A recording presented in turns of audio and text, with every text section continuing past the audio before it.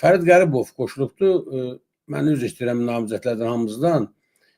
Fərid bəy gec qoşulsa da hərbiçidir, bazı şeylər bilir. İcazə verin Fərid bəyə söz verək. O desin, ondan sonra söz verir mən sizlərə. Hər öz fikrini bildirsin. Buyurun.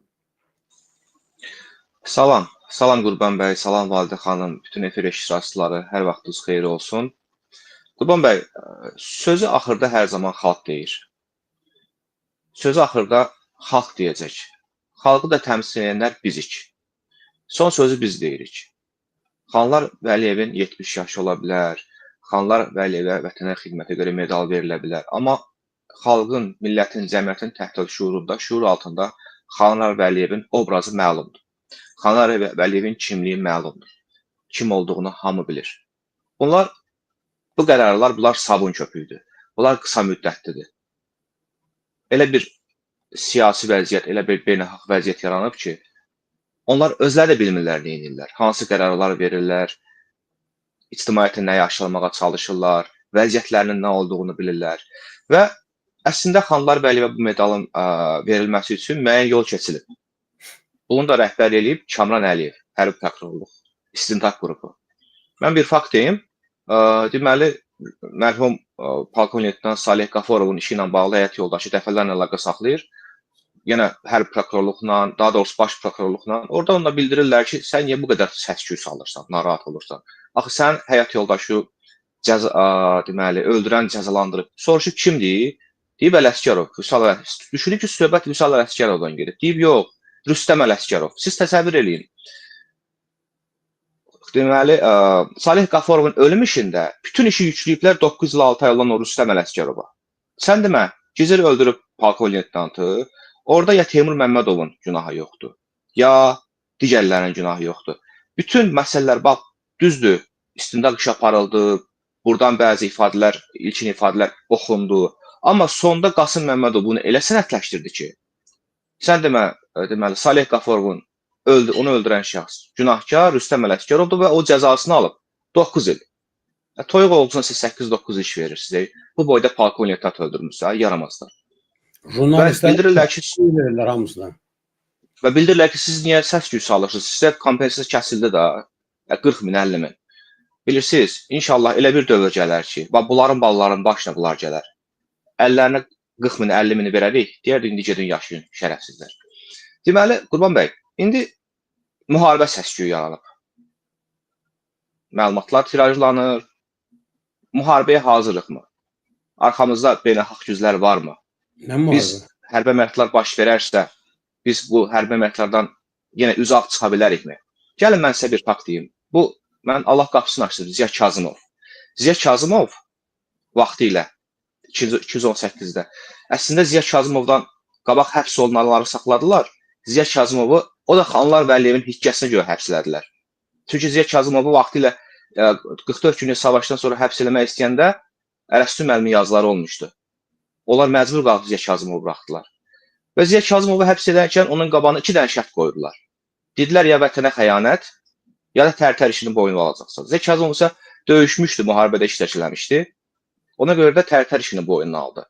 Baxın, hərbi əməliyyatlardan mən sizə bir fraqment danışacağam. Həmin vaxtı bəzi komandirlər həqiqətən də döyüş əməliyyatlara baxdı, istiqamətlər üzrə bir də Ziya Kazımov olub. Ciddi uğurları var idi.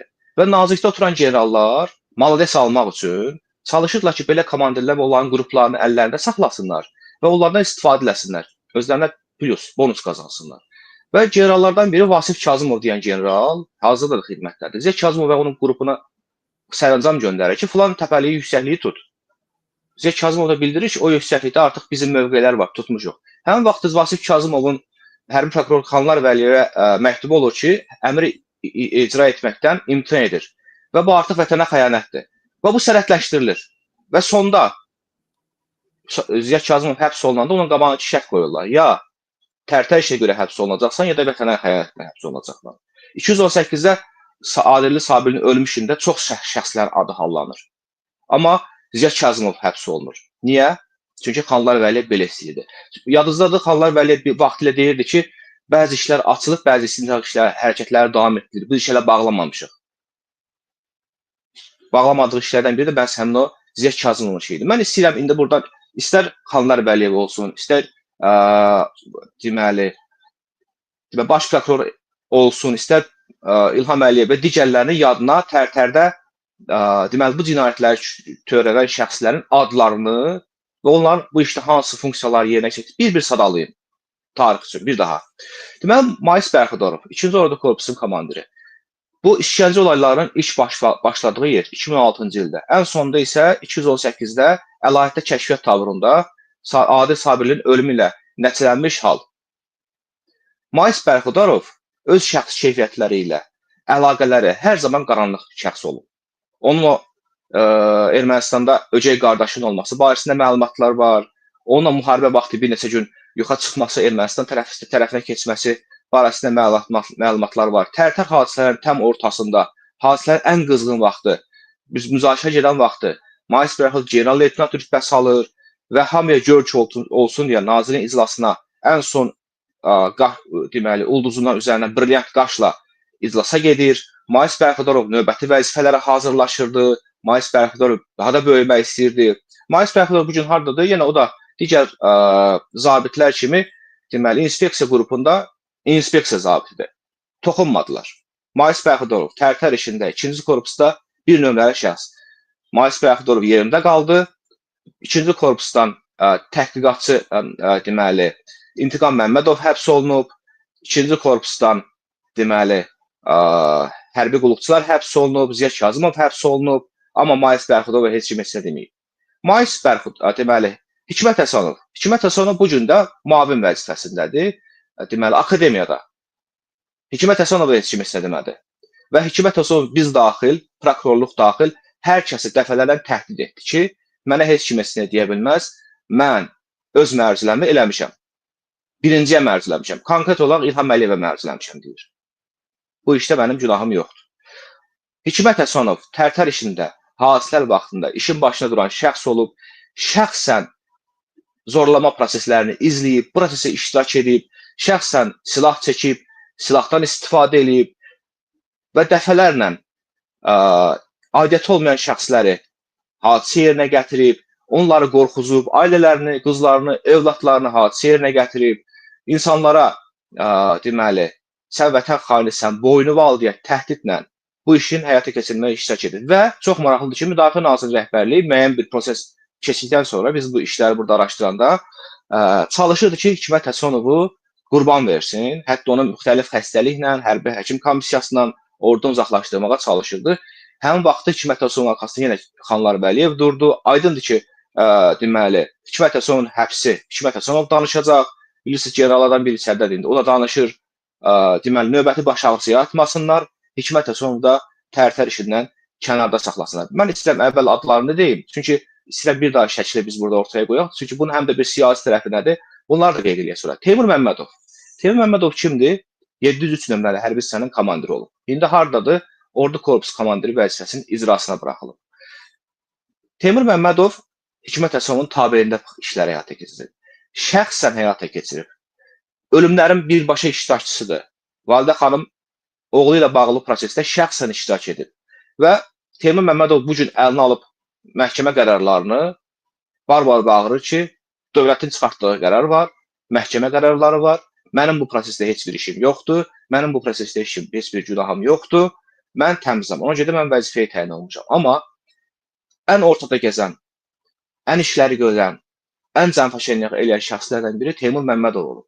Və Teymur Məmmədov mən deməli, kəşfiyyat orqanından 1-ci korpusa göndəriləndə mənim xidmət etdiyim bölmədə bütün pul işləri, təyinatlar, yer dəyişmələr, hamısı Teymur Məmmədovla koordinasiya olunurdu. Hətta vaxtı ilə Teymur Məmmədovu mənə də şərləmək üçün göndərmişdilər.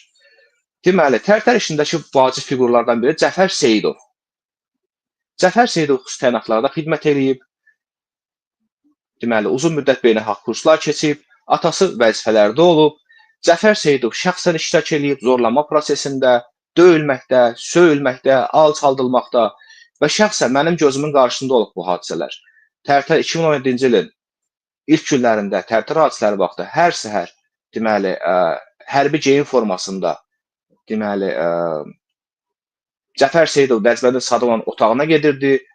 oradan təlimatları alırdı, gəlirdi Qara Pajernosuna otururdu, işgəncə bölgəsinə yollanırdı. Oradan qayıtdıqda isə şərəflə, fəxrlə danışırdı ki, bu qədər adamı boynuna qoyduq, bu qədər adamı rahat saldıq, o qədər adam işlədiyini bildirdi, biz bu işləri gördük, ölüm hadları oldu. Cəfər Seyidov Tərtər işində cəzalandırmalı olan iş icraçılarından, aktiv iş icraçılarından biri və birincisidir.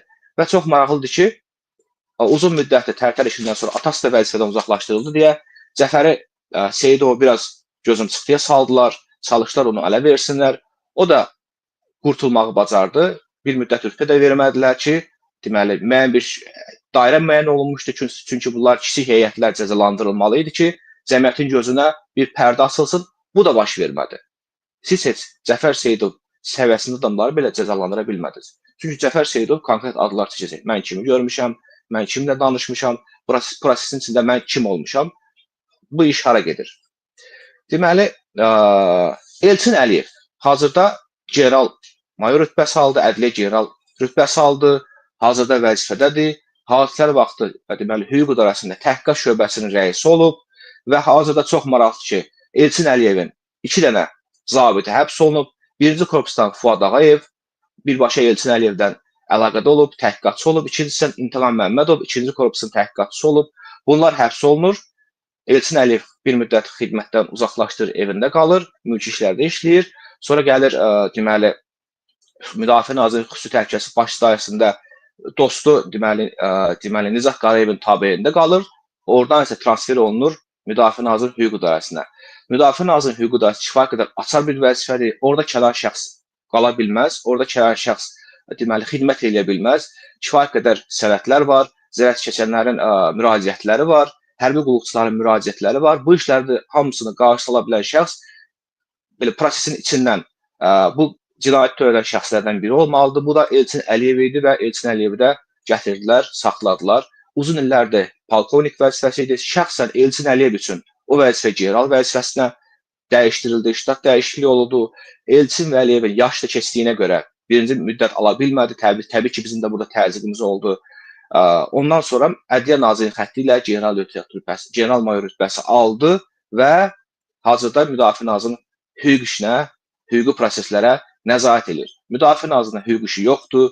Müdafiə Naziri hüququ dəfn ediblər. Bununla bağlı mənim dəfələrlə müraciət, burada müsahibələrim olub. Bir işin ki, başında Tərtər işində rol almış şəxs dayanıb, heç bir hüquq işindən deməli, danışmaq olmaz.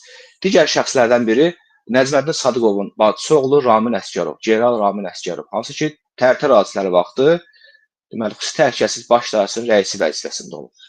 Ramin Əsgərov bütün işlərin həyata keçirilməsi, hadisə yerlərində görüntülərin Hilal Nəcəfovla birlikdə aparılması, sənədləşdirilməsi, insanların deməli, işgəncə məkanlarına gətirilməsi, aparılması, bütün proseslərin həyata keçirilməsində birbaşa iştirak edib.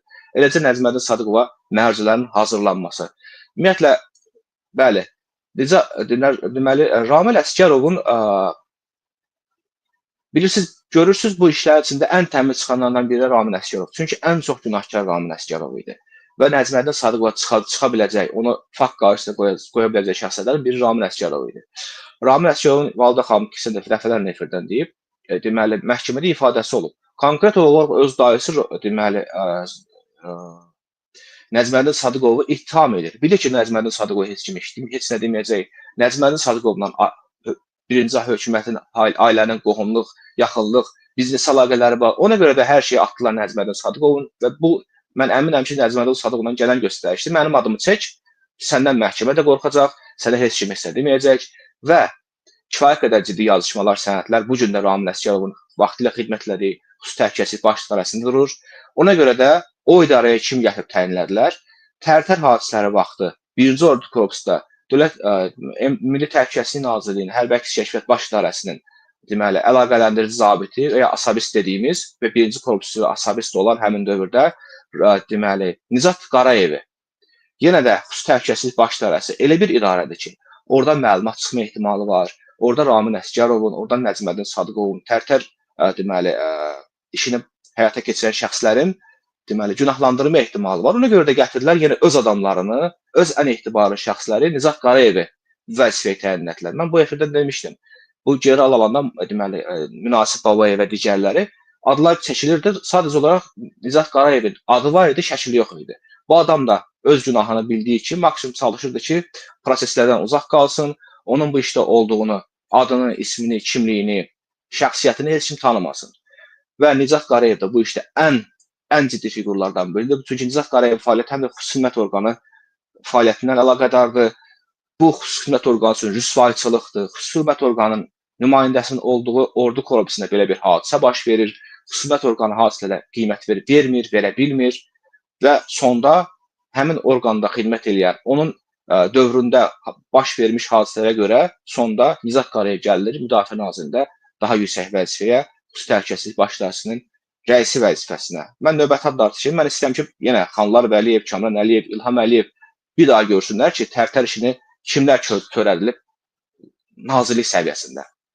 Bu işdə növbəti şəxslər Vasif Məmmədov. Biz bu adamın adını demək olar ki, bəlkə bir dəfə çəkmişəm, iki dəfə çəkmişəm, çox eşitməmişik. Vasif Məmmədov həmin dövrdə polkovnik Vasif Məmmədov deməli hərbi polisin rəisi olub. Vasif Məmmədov leytenant rütbəsindən polkovnik rütbəsinə qədər bütün xidmətini Gəncədəki artilleriya hərbi hissəsində keçib.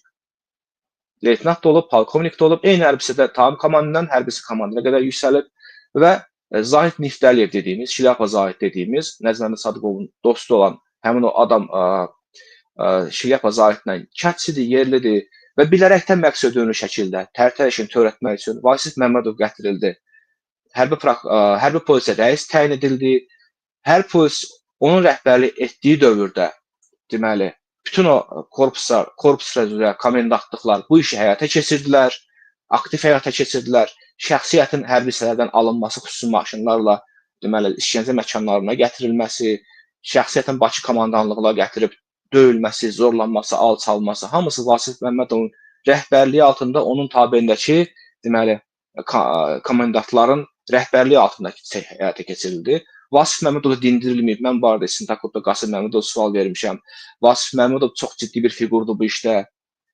Heç bir iş həyata keçirilmədi. Vasif Məmmədov təqaüdə çıxıb, deməli, ordu sıralarla ehtiyata çıxıb və hazırda ehtiyatdadır. Digər bir şəxs bu işə Kərim Vəliyev. Hazırda baş qərargah rəisidir. Kərim Vəliyevin şəxsi heyət baş idarəsi rəisi olduğu dövrdə Tərtər hadisələri baş verir. Adından da göründüyü kimi şəxsi heyətə nəzarəti həyata keçirən şəxs Kərim Vəliyevdir. Və Kərim Vəliyevin tabeliyində idarələr var. Və onlardan biri də mənəvi psixoloji hazırlıq üzrə idarədir. Hansı ki, ona da Tərtər hadisələri vaxtı general Rasim Əliyev həyata keçirib. Həmin rəhbərliyi. Babək Səmitli və digərləri hamısı Rasim Əliyevə, dolayısıyla Kərim Vəliyevə tabe olublar. Hansı ki, Tərtər prosesində bu işləri həyata keçiriblər. Kərim Vəliyev hər zaman Kərim Vəliyevi bu günə qədər sağ saxlayan, deməli, başının ağrılması səbəb olan hallardan biri də heç bir şey qarışmaması olub. Onun iş otağı yanında bir bilyard otağı var idi, daha doğrusu tenis otağı var idi, kiçik stolüstü tenis. Kərim Vəliyev ömür boyu orada tenis oynayıb. Və tenis oynaya-oynaya general və general polkovnik qədər gəlib çıxıb. Ordu işindən heç vaxt xəbəri olmayıb, heç vaxt Tərtər işinə münasibət bildirməyib, bir dəfə münasibət bildirib və bizi Tərtər işinin haqqında danışanları ittiham edib. Amma Tərtər işində ən əsas, ən vacib figurlardan biri Kərim Vəliyevdir. Hansı ki, qarşısını ala bilərdi, məruz eləyə bilərdi, hadisənin düz istiqamətdə getməni deyə bilərdi. Amma Kərim Vəliyev bu günə qədər də susur və general polkovnik və sonda öz xidmətlərinə görə general polkovnik rütbəsi alıb və hazırda orqanın baş qərargah rəisidir. Deməli, müqavilə müddəti başa çatır artıq. Kərim Vəliyev də, yəni növbət dəfə o da yəqin ki, vətənə xidmətə görə medalını alıb, gedib deməli, istifada ömrünü başa vuracaq. Görək necə olur. Zakir Həsənov. Zakir Həsənov Azərbaycan ordusunda bəlkə də xidmətə qəbul olmuş və ya 3 ay kurs keçmiş vaxtı Zakir Həsənovdan daha savadlıdır, daha qabiliyyətlidir, işini daha gözəl bacarır, özünü daha gözəl göstərir. Zakir Həsənov işlərin içində ola-ola Zakirovun gözün qabağında onun rızası ilə, onun istəyi ilə bu işlər həyata keçirildi.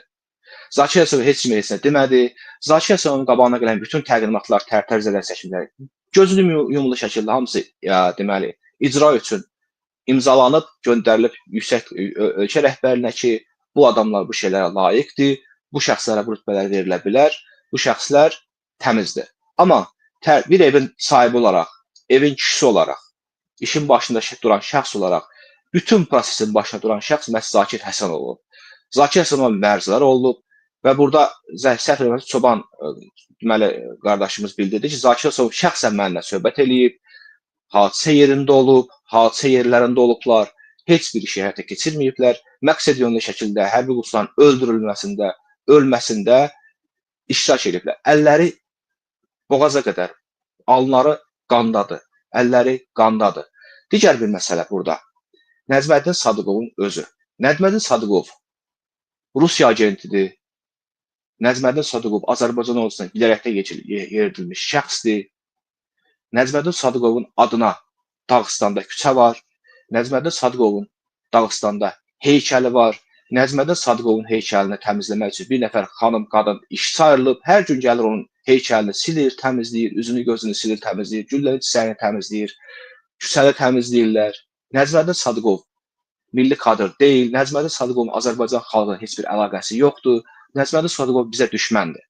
Nəcməddin Sadıqov uzun illər ərzində 27-28 il baş qərargah rəisi oldu. Bir dənə Azərbaycan dilində kəlmə, bir söz öyrənməyə çalışmadı, buna ehtiyac da durmadı. Hər zaman Azərbaycan əskərini, zabitini alçaltdı, bundan qürur duydu. Və Nəcməddin Sadıqovun otağına girən generallar ona xoş gəlmək üçün hər zaman əllərində bir nəfər sözlük, slovar götürürdülər. Nəcməddin Sadıqov onları məcbur edir ki, hamınız deməli rus dili öyrənməlisiniz. Və generallar da əllərində slovarla, Hilal Nəcəbov başda olmaqla, kəşfiyyatın rəisi, həmişə slovarla Nəcməddin Sadıqovun otağına girirdilər ki, Nəcməddin Sadıqovun xoşuna gəlsinlər. Nəcməddin Sadıqov şəxsən Tərtər hadisələri vaxtında təlimatları verən, işi istiqamətləndirən şəxs olub. Mən bir qeyd etdim burada, Cəfər Seyidov. Hər səhər Cəfər Seyidovla birlikdə Hilal Nəcəbov gedirdilər Nəcməddin Sadıqovun otağına. Təlimatları alırdılar, göstərişləri alırdılar, gəlirdilər hərbisiyə, müəyyən sənədləri götürürdülər, sürücülərlə birlikdə hərəsi öz qara rəngli Pajero avtomobillərinə otururdular və yollanırdılar işgəncə məkanlarına. Hər gün gedirdilər, gəlirdilər, məruzələri hazırlayırdılar. Şəxsən Nəcməddin Sadıqov işləri həyata keçirirdi və hadisə yerlərinə ordu korpusunun komandirləri baş verən hadisələr barəsində, görülən işlər barəsində Nəcməddin Sadıqova hər gün məruzələr edirdilər. Bir də yadımdan çıxmamış deyim. Nəcməddin Sadıqov deməli vəzifədən uzaqlaşdırılan vaxtı iclasların birində, Kərim Vəliyevin də iştirak etdiyi iclasların birində həmin vaxtı türk zabitlərlə müəyyən işlər həyata keçirildi. Deməli 44 günlük müharibənin ilk günləri idi. Nəcməddin Sadıqov iclaslar keçirirdi. Döyüş əməliyyatları yeni başlamışdı və artıq ciddi itkilərimiz var idi. Onda bəzi generallar türklərin bu işə qoşulmasını, onların dəstəyini müəyyən fikirlərlə qalxdılar, fikir bildirmişlər. Həmin vaxt Nəcməddin Sadıqov əsəbləşib generallara demiş ki, nədir türk salmısınız? Az qala gedib arvadlarınızı Türkiyə verəcəksiniz və türkü təhqir eləmişdi, söyüş də söymüşdü. Həmin vaxtı Kərim Vəliyev gedib deməli Paşaya, Bəxtiyar Paşaya demişdi ki, Nəcməddin Sadıqov sənin barəndə belə danışır.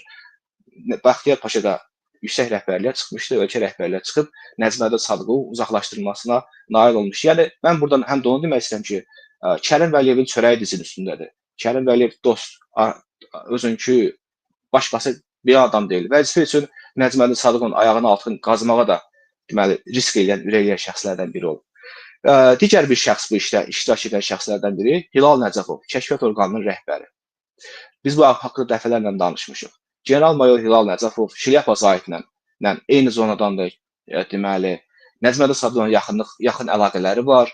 Kəşfiyyat orqanına təyin olunması üçün vaxtilə 5 hərbi qulluqçunun öldürülməsi, ölkə prezidentinə məruz olundu ki, kəşfiyyatın köhnə rəisi İlqar Mazonov öz işinin öhdəsindən gələ bilmir. Ona görə kəşfiyyatçılarımız etiraz oldu, düşmən tərəfindən öldürülüb, əsaslandırıb Hilal Nəcəbovu vəzifəyə təyin etdilər, General Mazonovu uzaqlaşdırdılar.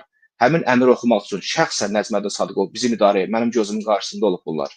Sevinə-sevinə gəldi, prezidentin 2 qərarını oxudu ki, İlqar Mazonov onun müavini xidmətdən uzaqlaşdırılsın, Hilal Nəcəbova ona müavin müdafiə nazirinin kəşfiyyat orqanına vəzifəyə təyin olunsun.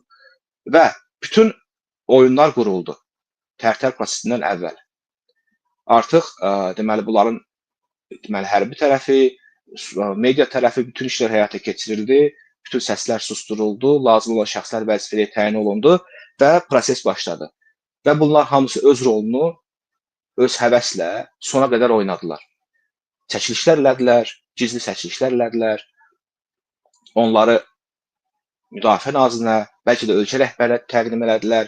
İşgəncələri verdilər, insanlar məcburən ailələrin, uşaqlarının qorxusundan boyunlarını aldılar, təzyiq qarşısında boyun aldılar. Bildilər, bəli, mən düşməni işləmişəm, mən düşmənlə əməkdaşlıq etmişəm, amma heç bir sübut ortaya qoya bilmədilər. Bu gün də qoymadılar. Bu gün də həmin şəxslər vəzifədədir. Hilal Nəcəfov, Kərim Vəliyev müqavilə müddəti başlatıb getdikdən sonra deməli gözlənilir ki, Hikmət Mirzəyevin baş qərargah rəisi olma ehtimalı var. Hilal Nəcəfov isə quru qoşunlarına komandan göndərilməsi planlaşdırılır. Bu da Nəcməddin Sadıqovun növbəti planıdır. Kəşfiyyat orqanı dağıtdı. Bütün təyinatlar pulla həyata keçirildi. İndi də quru qoşunları bədməxt etmək üçün bu yaramaz, bu gədə kəşfiyyat orqanının tankçı rəisi quru qoşunlarına komandan vəzifəsini hazırlaşdırır. Nəzərə alsaq ki, 70 yaş olan deməli Xanlar Vəliyevə deməli vətənə xidməti görə medalını İlham Əliyev verib və hər halda Hilal Nəcəfov da həmin vəzifəyə müvəqqəti olaraq belə deyək təyin olunacaq. Yadımdan çıxmamış yenə deyim, deməli vaxtilə Xanlar Vəliyev Nəcməddin Sadıqovdan xahiş eləyir ki, onun villalarının birində şübhəli məqamlar var. Orada müəyyən bir əməliyyat texniki tədbirlər keçirilsin və ya orada böcək dediyimiz, juq dediyimiz o dinləmə sisteminin olub-olmaması barəsində araşdırılsın. Hilal Nəcəfov öz texniki vasitəsi ora göndərilir. Hilal Nəcəfov da ki, hər zaman mutlu arada gəzən olub, qanunsuz olaraq öz işindən kənara çıxıb. Xanlar Vəliyev bunu da bilsin. Deməli, Xanlar Vəliyevin malikanəsinin bütün otaqlarının video görüntülərini çəkib, onları Zakir Nəcməddin Sadıqova təqdim edib. Tərtər işində adı keçən şəxslərin əhatə dairəsi müəyyən olunub. Kimlər burada hansı rol alıb, istintaq qrupu hamısını araşdırıb. Burada hamısı ifadələr səslənib. İstintaq qrupu bizim danışdıqlarımızdan demək olar ki, kənara çıxmayıb. Bütün işi bizim danışıqlarımızdan yekunlaşdırıb və son bir nəticəyə gəlib. Deməli, Natiq Əliyev, bəli, Natiq Əliyev, deməli, işin deməli, tibbi tərəfi. Natiq Əliyevin şəxsi heyəti, deməli, həkimləri hadisə yerinə xüsusi konteynerlərlə gediblər. Orada insanların orqanlarının çıxarılması barəsində ilkin məlumatlar var və mən bir məqamı burada istəyirəm haşiyə çıxım deyim. Tərtər hadisələrini biz ictimai istintaqını apardığımız vaxt hansı ki, Natiq Əliyev deməli və onun o həkimlərinin rolu barəsində burada danışdığımız dövrdə İlham Əliyevin növbəti bir qərarı oldu. Orqanların çıxarılıb hansı şəkildə həyata keçiriləcək, qanunvericilikdəki boşluqların ardı qaldırılması üçün müəyyən işlər həyata keçirildi. Mən əminəm ki, ölkədə hansısa qüvvələr anlayırlar ki, həqiqətən də qanunsuz olaraq əsgərlərin içinin daxili orqanlarının çıxarılması, satılması barəsində faktlar var. Yoxsa Tərtər hadisələrinin bu cür qızğın araşdırılması zamanı İlham Əliyevin belə bir qərarının qüvvəyə minməsi və bunu ictimailəşdirməsi baş verməzdi. Natiq Əliyev dəfələrlə açıq şəkildə özü efirdə də burada Allah qapısını açsın Əvəz bəyin, Əvəz Zeynalın efirində şəxsən bildirib ki, bizim orada rolumuz nə olub? Onun deməli həkimləri efirdə açıq şəkildə bildirilib ki, biz orada olmasaydıq 5 nəfər yox, 15 nəfər ölərdi, 100 nəfər yox, 1000 nəfər ölərdi, 1000 nəfər işgəncə verərdi. Hər şey ictimaiyyət qarşısında, hər şey deməli nəinki bizim dilimizdən səslənib, eyni zamanda proses törədən şəxslərin dilindən səslənib. Eyni zamanda həmin şəxslər özləri ifadə veriblər istintaq qrupuna, həmin ifadələri gəliblər məhkəmələrə təsdiq ediblər. Həmin ifadələri Qurban bəy burada ilkin ifadələri hansı ki istintaq qrupu həyata keçirib, səsləndirib bir-bir. Bunun qarşısında hər şey açıq olduğu halda Xanlar Vəliyev birinci dərəcəli vətənə görə xidmətlilərə görə medallə təltif olunur. Hansı ki bizim dostumuz, yoldaşımız kapitan Vaqif Abdullayev şəxsən bildirir ki, mən Xanlar Vəliyevin adını deməli öz ifadəmdə istintaq qrupunda nə etdiyini, hansı funksiyanı yer etirdi, orada olduğunu demişəm, göstərmişəm, yazılıb, qeyd olunub, hamısı sənədləşdirilib. Bununla belə Xanlar Vəliyevə heç bir söz deyilməyib. Xanlar Vəliyev qorxmadan, çəkinmədən Milli Məclisin deputatları təhdid eləyib, onların deməli, bu işə qarışmamaları, bilmədikləri şeyləri danışdıqları qeyd olunub, deyib. Xanlar Vəliyev Rusiyada böyük biznes imperiyasına malikdir, çox ciddi əlaqələrə malikdir. Xanlar Vəliyev Azərbaycanın ailəsi, Azərbaycan çox böyük bir ərazisinə nəzarət eləyir. Xanlar Vəliyevin bu işlərini həyata keçirən çox böyük bir heyəti olub. Bu gün də Xanlar Vəliyev olan hamısını vəzifələrdə addım-addım irəlilətdi, hamısını vəzifələr təyin etdirdi və Xanlar Vəliyevin göstərişi ilə Kamran Əliyev kimdir ki, Xanlar Vəliyevin dedikləri eləməsin? Xanlar Vəliyevin göstərişi, onun bütün kadrları vəzifələrdə irəliləyib, hamısı yüksək vəzifələr tutub, hamısı öz xidmətlərini davam etdirirlər. Təbii ki, xalqa xidmət etmirlər. Özlərinə xidmət edirlər. Cinayətkar bir çətəyə xidmət edirlər və xidmətlərini davam etdirirlər. Azərbaycan ordusunda vəziyyət yaxşı deyil. Hərbi qulluqçuların ruh yüksəkliklə bağlı problem var, maaşı ilə bağlı problem var, dolanışıqla bağlı problem var. Hərbi əməliyyatlar barəsində müxtəlif fikirlər gəzir. Mən heç vaxt demirəm ki, yəni Paşinyan imam övladı deyil. Amma bu gün müharibənin başlaması kimə sərf eləyə bilər? Müharibə kimə lazımdır? Bundan kim xeyir götürə bilər? Və çox maraqlıdır ki, son bu müharibə söhbətləri ərəfəsində daha çox hansı ölkənin rəhbərinə zəhlər olur, hansı ölkəyə dəstək nümayiş olunur. Bunlar hamısı ciddi mübahisə predmeti olmalıdır. Və bütün bunlar göstərir ki, hadisəyə hüquqi qiymətin verilməməsi, zərər çəkənlərin susdurulmağa çalışılması, hadisənin açılmaması göstərilir ki, bu hadisə ən yüksək səviyyədə, ölkə rəhbəri səviyyəsində himayə olunur. Xanlar Vəliyev əgər bu günə qədər həbs olunmayıbsa, Xanlar Vəliyev qoyaq kənara. Teymur Məmmədov kiçiklərə həbs olunmayıbsa, bu günə qədər vəzifələr tuturlarsa, demək ki, bunların arxasında ölkə rəhbərliyi birinci şəxs səviyyəsində himayə olunurlar. Bu cinayətdə Azərbaycan hakimiyyəti birlikdə iştirak edib. Bu cinayətdə Azərbaycan hakimiyyətindən kimsə kənarda qalmayıb. Hamısı bu işin ortasındadır, cinayət ortaqlarıdırlar. Bəzən deyirlər ki, Azərbaycan prezidentinin istədiyini eləyə bilər, istədiyi şəxsi vəzifədən çıxarda bilər, istədiyi şəxsi vəzifədə saxlaya bilər. Tərtər hadisi bizə bir daha göstərdi ki, elə deyil. Bəzi məsələlər var ki, əgər bir işdə ortaqsansa, cinayət ortaqsansa, nəzarət eləmək, tədbir görmək imkanlarını itirirsən. Bu qədər Qurban bəy. Buyurun. Təşəkkürlər. Mən son fikrinizə görə xüsusi təşəkkür edirəm. Bəli, gücü çatmadığına görə yox, kimisə Moskva müdafiə etdiyinə görə yox, cinayətin ortağı olduğuna görə İlham Əliyev, Xanlar Vəliyev kimi cinayətkarı cəzalandırmaq əvəzinə mükafatlandırır. Çünki dili başqa yerindədir dostlar. Dili başqa yerindədir. Danışa bilməz. Çünki bu adamların əliyyə çox cinayətləri. Bu Ərarvad, bu Mehribanla İlham, Xanlar Vəliyev onların killerlərindən biridir. Orqan tədarüşlərindən biridir. Və maliyyə mənbələrindən biridir. Heydər Əliyev fonuna gedən milyonların böyük bir hissəsini Xanlar Vəliyev əvvəldə o qardaşı Elmar bunlar təmin edirdilər. O dilləri bəli qarınlarındadır. Bizim verişimizin 1 saat 20 dəqiqəsi getdi bu məsələnin müzakirəsinə. İndi söz Validə xanım söz istəyir.